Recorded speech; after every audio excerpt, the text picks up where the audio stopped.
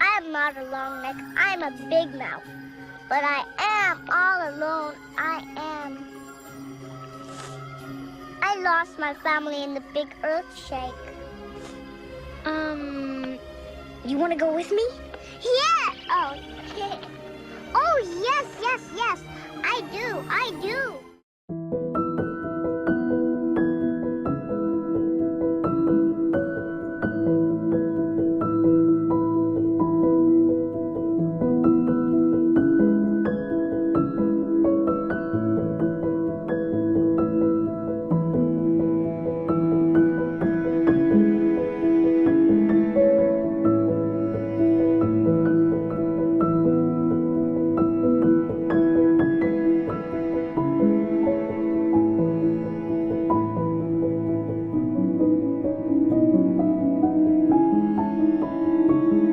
What's going on, everybody? How you doing today? Here I am in Canoga Park, California, which is way far west in the San Fernando Valley, just above Los Angeles.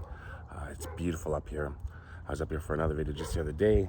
Now I'm back, and it's usually very quiet, except for the hounds of hell that you hear in the background. Oh, actually, they're really close. They're further away. Well, we'll see how this goes. So, right here, this house right here, we'll go a little closer in a moment. This was the home of a young actress named Judith Barsi. And you may not recognize her from too many things. She was in Jaws: The Revenge. She was on a few episodes, one episode of Cheers. Lots of commercials. Rocky Road Cereal presents live at the Cereal Bowl. It's the Rocky Road Breakfast Band. Choco's chocolatey puff, it makes my heart sing. And vanilla puff is such a tasty thing. And I've got something really special for you. It's got a chocolatey nutty yoni marshmallow too. It's Rocky Road Cereal, a rockin' part of this complete breakfast. Waking up to Rocky Road makes you ready to sing. She was a voice actress. Land Before Time, Dogs, All Dogs Go to Heaven. Sorry about that. I just had to back up a little bit because as I was getting closer, dogs outside the fence were getting louder. So where was I? Judith Barsi. Very successful young actress. She was very small for her age. She was 10, but she would often play 6-year-olds, 7-year-olds, which was a bonus because she could learn lines and she could do more than a 6-year-old and a 7-year-old could do. So she was becoming quite popular among casting agents and producers and putting her in roles. She had a long career ahead of her. This is where it gets tragic when it comes to Judith Barsi. I feel like, because I've been asked to do her story many times, I've been to her grave before on my video. I did all about Forest Lawn, Hollywood Hills, where she's buried beside her mom. But I've never done a video just on the case, on what happened to her. And I always find it odd that I get asked so much because I didn't think many people knew who she was. But people do. And I'm going to tell you what happened to her right now. Judith Barsi was born on June 6, 1978 in Los Angeles, California to Joseph Barsi and Maria Verovox Barsi. Maria, dazzled by the stars in nearby Hollywood, was determined to guide her daughter toward a career in acting. She taught Judith about posture, poise, how to speak. Maria's brother told her the chances that her daughter would succeed were 1 in 10,000. But, in a spurt of Hollywood magic, Maria did succeed in getting her daughter noticed. As it often happens in L.A., when something is filming, Judith Barsi was spotted by a crew at an ice rink. Enchanted by the petite blonde girl effortlessly gliding on the ice, they invited her to join their commercial. From there, her career as an actress grew. Judith's success helped her family thrive. She made about $100,000 a year, which her parents used to buy a 3-bedroom house right here in the Canoga Park neighborhood at the western edge of the San Fernando Valley. Maria's greatest dreams seemed to be coming true, and Judith seemed destined for success. But Judith's father, Joseph, cast a dark shadow on her childhood. A heavy drinker and quick to anger, Joseph focused his wrath on his wife and daughter. He threatened to kill Maria or even kill Judith so that Maria would suffer. A friend of his recalled that Joseph told him hundreds of times that he wanted to kill his wife. On one occasion, Joseph grabbed a kite from Judith. When Judith worried he'd break it, Joseph called his daughter a spoiled brat who didn't know how to share, and then smashed the kite into pieces. Another time, as Judith prepared to fly to the Bahamas to film Jaws Revenge, Joseph threatened her with a knife. "If you decide not to come back, I will cut your throat." Soon, Judith's at-home abuse began to seep into her day-to-day life. She plucked out all her eyelashes and her cat's whiskers. Judith told her friends she was afraid to go home, saying, "My daddy is drunk every day, and I know he wants to kill my mother." And shortly before an audition in May 1988, she became hysterical, alarming her agent. Judith's agent insisted that she see a child psychiatrist who reported the case to the LA County Department of Children and Family Services, but nothing changed. Maria hesitated to leave her house and husband, both out of fear for her safety and possibly a reluctance to abandon the life she'd built. She told a neighbor, "I can't. He'll come after us and kill us," and he's threatened to burn the house down. Still, Maria Barsi did take tentative steps to escape her husband's abuse. She started weighing the options of divorcing Joseph and even rented an apartment in Panorama City closer to the movie studios where she could escape with Judith while she filmed. But Maria's hesitation in leaving her husband proved fatal. At around 8:30 a.m. on July 27, 1988, one of the Barsi's neighbors heard an explosion next door.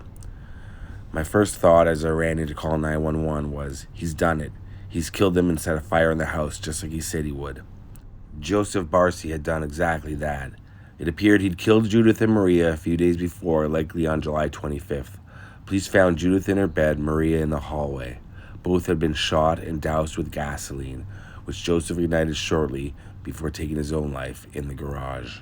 In this crime scene photo here, you can see Judith's body being carried out of the house, and police on the left-hand side openly weeping. In 2020, the family who bought the former home of the Barsis reported feeling cold spots throughout the premises and said that the garage door seemed to open and close on its own. There was a show called Murder House Flip, and a team arrived to brighten up the colors in the house and to allow for more natural light. Whether or not the house was ever haunted, the new owners say that the renovation improved things. This was how Judith Barsi's bedroom, where she was murdered, looked roughly in the mid-2010s, and then how it looks today with the open French doors. And now we're going to make the drive over to Forest Lawn Hollywood Hills, so back over to Hollywood, and we're going to visit the final resting place of little Judith and her mom. Let's go.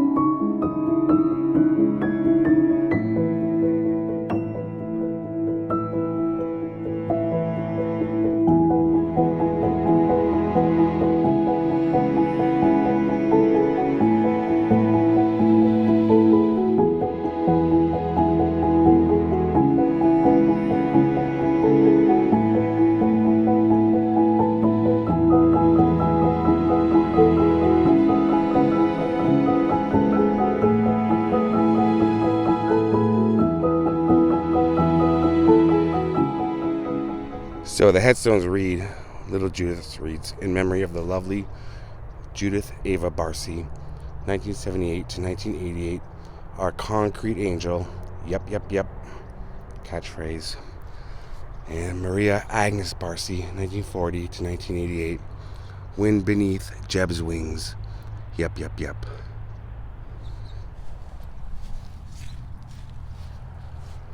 I don't know where the husband is buried or cremated remains are. Doesn't matter, I wouldn't be going there anyway. But here's Maria and Judith, side by side.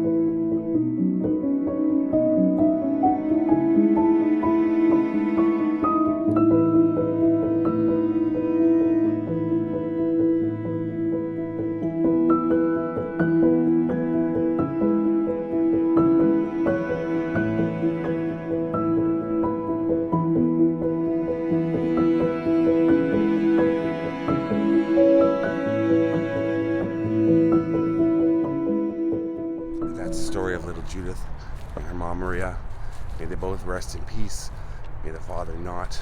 And yeah, just Sheltering Hills section. Like, I think Sheltering Hills. It's a little difficult to find her grave sometimes. Come down. There's the road trees. Look for this new tree that's right here, just off to the left. I've always had difficulty finding Judith's grave. But depending on finding the grave gets you in the right area. You can just take a little bit of time, you'll find her. Okay, thank you for watching. Rest in peace. Peace out.